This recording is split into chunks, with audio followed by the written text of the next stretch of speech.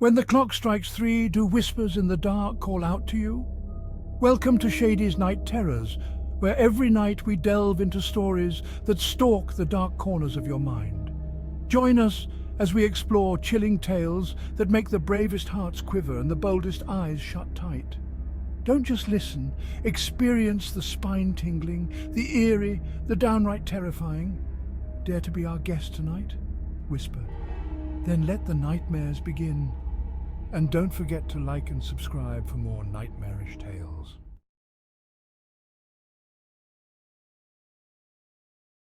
Hey everyone, welcome to my channel. Today, I want to tell you about a chilling story that takes place in the dark, damp world beneath the streets of New York City. It's called A Night in the Sewers, and it's a tale of horror and mystery that will keep you on the edge of your seat.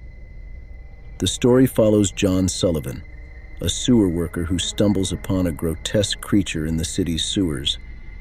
John is forced to confront his fears and embark on a dangerous mission to stop the creature and protect the city he loves.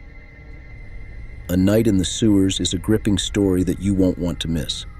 So, if you're a fan of horror and mystery, be sure to check out A Night in the Sewers on my channel. Don't forget to like, comment, and subscribe for more exciting content. A Night in the Sewers.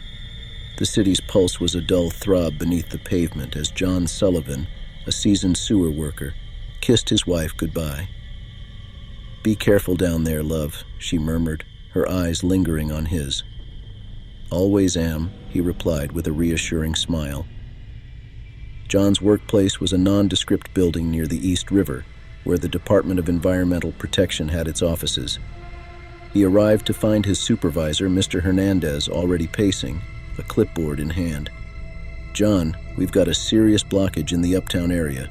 Reports of water pooling near 125th and Broadway. You're on point today."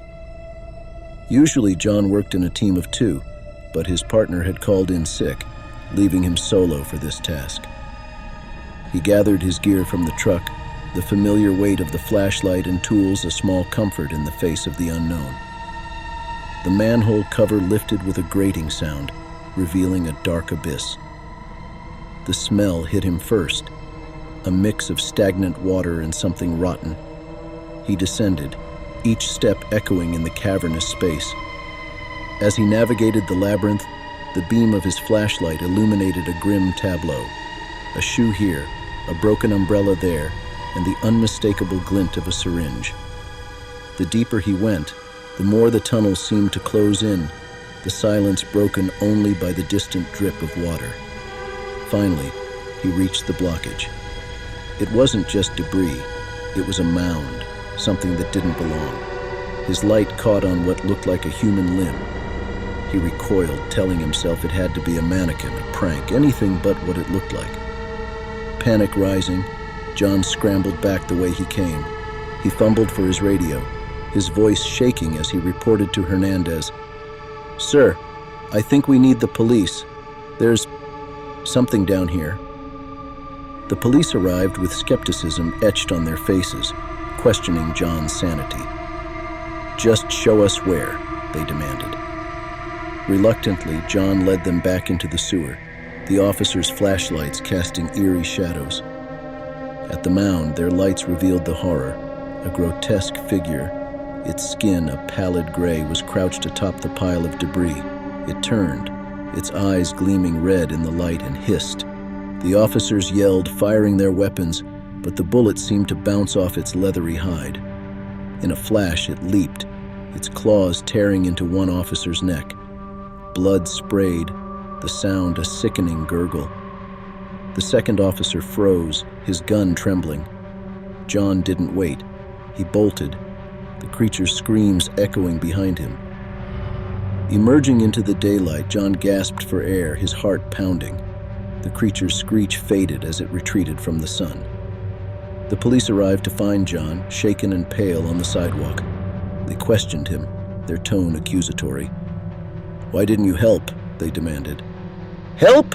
John spat, his fear turning to anger. "You saw it! You saw what it did!" Later at the hospital, his wife held his hand, her face a mask of worry. "What happened down there?" she whispered. "Something evil," he muttered, his eyes haunted. Something from a nightmare. The next day, John handed in his resignation. The city, with its hidden horrors, had lost its appeal. He and his wife bought an RV, planning to leave the horrors behind them. As they drove away, John glanced back at the skyline, wondering what other secrets the city held beneath its streets. But the creature had left its mark, not just on John's psyche, but on the city itself. Reports of strange sightings in the sewers began to surface, whispers of a monster lurking beneath the streets. The police, initially skeptical, launched an investigation but found nothing. John, however, couldn't shake the feeling that he had seen something that shouldn't exist. He began to research, delving into the city's history, looking for any mention of similar creatures. His search led him to the archives, where he found old newspaper clippings about sewer workers who had disappeared under mysterious circumstances. As he dug deeper, he discovered a pattern. Every few decades, there would be a series of disappearances, followed by a brief period of calm.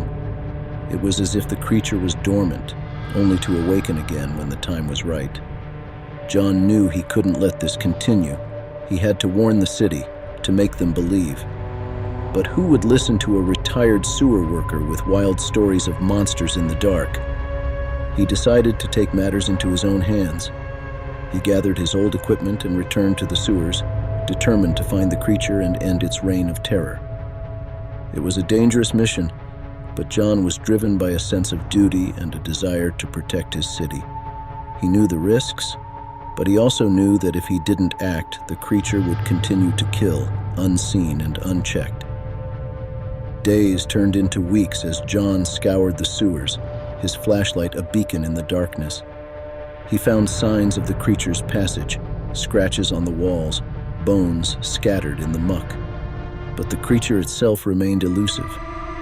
Then, one night, as John was about to give up, he heard it, a low growl echoing through the tunnels. He followed the sound, his heart pounding in his chest. And there, in a cavern deep beneath the city, he found it. The creature was hunched over a pile of bones, its eyes glowing in the darkness. It turned as John approached, hissing in challenge. John didn't hesitate. He raised his weapon and fired, the sound deafening in the enclosed space. The creature roared, but it was too late. The bullet found its mark, and the creature slumped to the ground, lifeless. John stood over the creature, breathing heavily. He had done it. He had stopped the monster that had haunted his dreams. As he made his way back to the surface, John knew that he had made a difference. He had faced his fears and emerged victorious. The city was safe for now.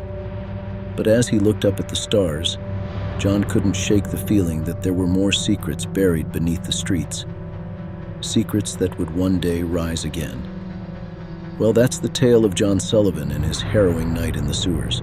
A story of fear, courage, and the unknown lurking beneath our feet. If you enjoyed this chilling adventure, be sure to like, comment, and subscribe for more tales that will keep you up at night. And remember, the next time you walk over a manhole cover, you might just be walking over the entrance to another world. Sleep tight, and don't forget to check under your bed for monsters, or maybe just sewer creatures. Until next time, this is your humble storyteller signing off. Stay spooky, my friends.